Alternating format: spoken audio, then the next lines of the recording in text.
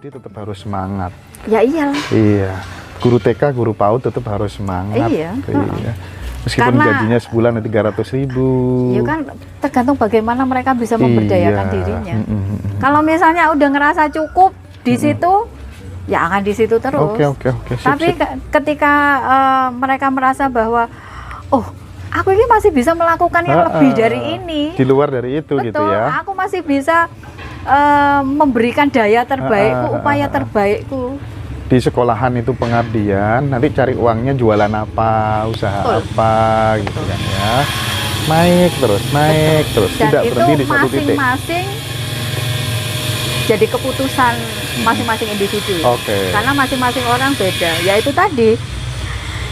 Ya dari lingkungan itu juga berpengaruh, dari kesadaran masing-masing orang juga berpengaruh, dari kalau kecerdasan itu masih bisa di-upgrade, terus kualitas itu masih bisa di-upgrade. Jadi tinggal kemampuan masing-masing orang itu aja untuk memberdayakan dirinya. Kemudian, andai kata boleh memilih ini, bahagia dulu baru kaya atau kaya dulu baru bahagia? Bahagia dulu, ya. Terus itu nanti ketika kamu bahagia, ketika kamu pandai bersyukur, ya, pasti nikmatmu akan aku tambah. Itu kan janji Tuhan. Ya. Itu sudah rumus ya Bun ya. Iya. Kalau misalnya itu sudah kita jadikan sebagai pegangan, ya wis gak mamang urip iku. Kan itu sudah janji Tuhan. Bersyukurlah dan nikmatmu akan aku tambah. Tapi kan ada unen-unen kayak gini, alah wong anjene kono wis ditakdirno balung gajah siji karo awake dhewe ngene iki kan ya. Mental block itu gimana cara membuangnya? Cara menghapusnya? Iku harus harus diterapi pemulihan jiwa untuk menghilangkan segala mental block, luka batin dan bonding-bonding yang tanpa dia sadari itu sudah terbangun. Apa aja sih yang bisa diterapi oleh Bunda ini selain mental block? Apa aja coba disampaikan. Barangkali nanti teman-teman ada yang, ayo Mas bikin acara sama Bunda terapi untuk menghapus mental block segala macam, itu apa aja tuh yang selama ini dikerjakan? Mental block itu kelihatannya cuma mental block ya. Iya. Tapi itu manfaatnya itu meluas. Jadi kalau di tempatku ya, perempuan yang lagi hamil, ya, itu mereka melakukan terapi pemulihan jiwa. Pasangan yang mau menikah, itu dua-duanya melakukan terapi pemulihan jiwa. Dan banyak hal ketika ada yang sakit-sakit stroke dan segala macam, ya treatment yang harus dilakukan itu dibersihkan dulu jiwanya. Saya percuma dikasih obat segala macam, tapi ketika jiwanya belum bersih, luka-luka batin itu masih nempel di situ, ya itu akan memperlambat semua proses yang ada dalam kehidupannya. Jadi kelihatannya sepele hanya terapi pemulihan jiwa, tapi bisa untuk sakit, bisa untuk pasangan-pasangan yang pengen mendapatkan momongan, bisa untuk pasangan-pasangan yang mau menikah, yang sedang hamil dan segala macamnya. Terutama sekarang yang lagi ngetren banget, mungkin ya karena efek pandemi ya. Rata-rata keluhannya pun rezekiku kok seret. Oh gitu ya. Karena bisa jadi rezeki seret itu juga karena dia yang membangun sendiri gitu di alam bawah sadarnya. Ketidakyakinan dan keraguan itu tanpa dia sadari, dia bangun sendiri. Iya. Ketidakyakinan, keraguan itu. Dan ini kebetulan mendekati pergantian tahun ya. Biasanya aku bikin goal setting. Apa itu? Oh, goal setting. Pernah dengar? Barusan dengar. Goal setting. Oh, barusan ini. Yeah. Jadi itu ada yang jangka panjang, itu yang ada jangka pendek. Sip. Menarik. Jadi, itu biasanya aku terapkan ke anak-anakku, ya, ke anak-anakku dan ke teman-teman dekatku. Ya. Jadi kalau mendekati pergantian tahun, itu mereka bikin membangun goal setting. Jadi tahun depan itu apa sih pencapaian-pencapaian yang pengen mereka dapatkan? Itu ada jangka pendek, jangka menengah, jangka panjang. Nah, itu sama. Jadi apa yang mereka inginkan, cara kerjanya sama. Iya. Jadi misalnya pengen beli mobil, oke, dalam waktu berapa bulan, terus pengen beli apa, pencapaian kan nggak harus materi Iya, tuh, oke, banyak siap. hal, jodoh dan segala macam. Nah, itu bisa diproyeksikan di dalam goal setting itu. Biasanya akhir tahun begini aku bikin. Oke, nanti kita bikin Bun. Kita bikin goal setting. Iya. Men-setting tujuan hidup. Iya Bun ya. Pencapaian Ya. yang ingin dicapai di tahun depan. Kalau istrinya baru satu, tambah. Gitu ya Pak Dodi ya. Masuk. Ya, Pak. Aduh. Hati-hati loh. Berat. Ucapan adalah doa. Kemudian, nah ini Bun, ini menarik ini. Setelah cara menghilangkan mental block ya, banyak orang sudah berumur itu ya sudah dewasa lah ya, udah bapak-bapak, udah emak-emak gitu ya. Tapi dia narsis terus, yang dikejar itu targetan eksistensi terus. Penyakit apa enggak sih kayak gitu Si tuh? narsis sih kok kayak apa? Karena aku juga narsis. Iya. Apa Bunda dulu yang nih? narsis. Apa dulu? Siti-siti, story, siti-siti, status yang padahal urgensinya Oke, itu oke. tidak terlalu, tapi Oke, lebih oke. pada eksistensialismenya yang ditonjolkan. Oke. Gimana? Harusnya kan mulai anu lah, wis urus arek-arek enom ngono kae lah. Aku juga sering lihat kalau buka Facebook, buka Instagram.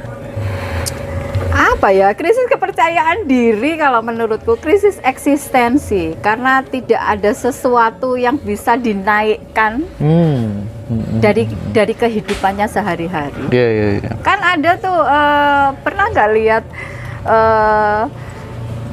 setiap postingan itu hanya muka dia melulu dengan segala macam pose, dan itu diupload banyak, ada 15 sampai 20 foto ya muka dia doang gitu. Ya, itu termasuk penyakit sih ya. Oke. Itu termasuk penyakit. Iya. Itu ukurannya pantas nggak pantas aja. Ya itu masing-masing pribadi. Iya. Nah, orang-orang seperti itu yang menurutku itu belum level kesadarannya masih di situ. Kalau Bunda sendiri, cara menyembuhkan luka trauma masa lalu, luka batin, itu biasanya privat ya, bukan Ya. kolektif gitu ya. Lebih banyak privat ya. Kalau penyembuhan ya, Ya. kalau penyembuhan biasanya privat. Tapi aku ada retreat. Nah, kalau retreat ini Bersama-sama ya. lebih dalam. Tapi aku biasanya batasi 10 orang. Oh. Biar lebih deep. Iya. Retreat itu ada yang untuk kelas ya 10 orang, ada yang privat retreat. Yang paling banyak soal apa Bun? Yang trauma masa lalu itu yang paling banyak? Trauma terhadap orang tua ya yang kebanyakan. Makanya ini salah satu isu yang ingin aku angkat ya. Karena ternyata kebanyakan anak itu mengalami luka batin dari kedua orang tuanya, dan yang itu mereka nggak, anaknya juga tidak menyadari dan kedua orang tuanya juga tidak yang menyadari. pernah disampaikan kapan hari itu ya. Itu yang justru yang berbahaya. Makanya setiap kejahatan itu kan potensi terbesar itu ada di sekitar kita tuh, orang-orang yang melakukan kejahatan itu. Bukan dari orang asing, bukan dari orang luar, tapi justru orang-orang yang di lingkaran terdekat kita. Dan ternyata ini berita buruknya ya, mohon maaf ini harus aku sampaikan. Banyak sekali luka-luka batin yang itu ditimbulkan oleh perilaku-perilaku dan keputusan-keputusan kedua orang tuanya. Ya mungkin pada saat itu orang tuanya juga nggak paham, nggak sadar, nggak sengaja atau apa. Terus anaknya juga tidak menyadari bahwa itu menyisakan luka batin. Bahkan ada salah satu cerita ya, dia itu bisa mendeteksi satu kejadian pada saat dia masih di dalam kandungan dan usia 6 bulan di dalam kandungan. Dia bisa menceritakan proses ketika bapak ibunya gapraan. Padahal dia masih di dalam kandungan itu 6 bulan. Makanya pemulihan jiwa itu jadi sangat isu yang sangat penting sekarang. Itu nggak banyak orang yang paham. Di channelnya Bunda, Puan bercerita sering bahas itu ya? Kalaupun bercerita itu cerita-cerita tentang problematika perempuan. Oh. Tapi gitu ya. channelku yang bahas itu Awang Kagunan. Oke. Oh berarti channelnya 2 ya? Ada 2. Siap. Sesuai saranmu tuh. Iya. Dirubah pun dirubah. Satunya Awang Kagunan, satunya Puan bercerita teman-teman ya. Nah, Kok Awang Kagunan? Udah diganti juga Bunda sesuai Awang. saranmu. Bunda Awang ya. Bunda Awang. Siap. Nah, ini ternyata banyak Bung guru-guru spiritual itu ya. Dia tuh setiap hari sibuk ngurusi pelaku-pelaku spiritual lain yang dikiranya nggak cocok sama dirinya. Jadi artinya dia sudah sampai menjadi guru spiritual, menjadi master spiritual, tapi sibuk ngurusi kesalahan spiritualis lainnya juga. Gimana kayak gitu? Nggak fokus ngajar spiritual. Aku bingung jawabnya. Terus gitu loh. Dilihat dari sisi ini apa, setiap orang kan pasti punya yang namanya plus minus ya. Tapi kalau kemudian terus membongkar apa tuh namanya keminusan orang lain terus kan ya gimana? Ya orang-orang seperti itu sebenarnya orang-orang yang belum selesai dengan dirinya ya? sendiri gitu. Karena gini, yang harus kita pahami, kita tidak azan iki. Kita stop lanjut dulu, sebentar. lanjut. Kita itu tidak bisa merubah apapun yang di luar jangkauan kita. Iya. Di luar jangkauan kita berarti yang di luar diri kita sendiri. Gitu. Jadi ya sakjane manusia itu nggak perlu repot, hidupnya nggak akan berat, nggak akan repot, nggak akan ribet ketika dia fokus dengan dirinya sendiri. Keribetan, keruwetan dan segala macam masalah itu ketika kita sudah keluar dari zona diri kita sendiri. Iya. Ya belum selesai aja dengan dirinya sendiri. Karena kalau udah selesai dengan dirinya sendiri nggak akan punya waktu untuk mikirin orang lain. Nah, kemudian ini yang pertanyaan menarik ya. Pertanyaan di sesi-sesi akhir yang menarik menurut saya gini. Kan kalau ada orang yang lama menikah terus kemudian dia lama punya anak ya, ada yang 10 tahun nggak punya anak gitu. Itu sering dikasih saran, coba apa tuh namanya mupu anake keluargamu wong liya gitu kan ya. Setelah dilakukan proses itu banyak yang berhasil, kemudian akhirnya punya keturunan sendiri gitu. Saya kemudian berpikir apa mungkin setelah dia punya anak dari orang lain tuh terus hormon keibuannya tumbuh atau gimana coba jelasinnya gimana kalau ya bisa karena begitu? Rasanya 3 hal tadi. Ketika dia mupu anak itu kan beda dengan memvisualisasikan. Lek mupu ini kan rasanya lebih main. Pikirannya, rasanya, bahkan semua yang dilakukan seolah-olah itu anaknya. Ya wes toh. Iya. Ali dulu dah. Masuk akal ya. Itu sebenarnya hipnoterapi itu kan dilakukan oleh nenek moyang kita dulu, sudah dilakukan oleh mereka sejak zaman dulu. Cuman kan dengan cara yang berbeda tuh. Iya Bun ya. Iya. Cuman mereka tidak bisa menerjemahkan kalau kata itu adalah mantra. ya toh, gambar itu adalah warta, rasa itu adalah mantranya mantra. Iya. Nah, mereka tidak menerjemahkan, tidak mendetailkan seperti itu, tapi Iya, mereka lakukan itu. Oke. Sip. Bagi teman-teman yang belum punya keturunan, ini solusi jitu, solusi ampuh. Dan saya memang menyaksikan sendiri, kenapa saya kemudian bertanya gitu ya. Sahabat saya banyak yang seperti itu. Tanganan kok iso piye ya logikane gitu saya tuh. Iya. Iku malah praktek langsung, jadi nggak perlu memvisualisasikan sesuatu. Bener. Ya, naluri keibuannya langsung tumbuh gitu. Ya, sip. Berarti kalau ada apa tuh namanya mbak-mbak gitu lama belum punya belum punya jodoh gitu, boleh menganggap suaminya orang lain sebagai suaminya. Wah, ini rada bahaya ini jawabnya ini. Aku harap ngomong boleh tak samakan dengan mumpuk anak mau. Wah, bisa dihujat loh sa Indonesia Raya. Gitu ya Bun ya. Itu dipikir sendiri aja Bun.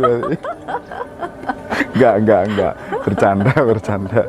Satu pertanyaan terakhir Bun. Jawab aku.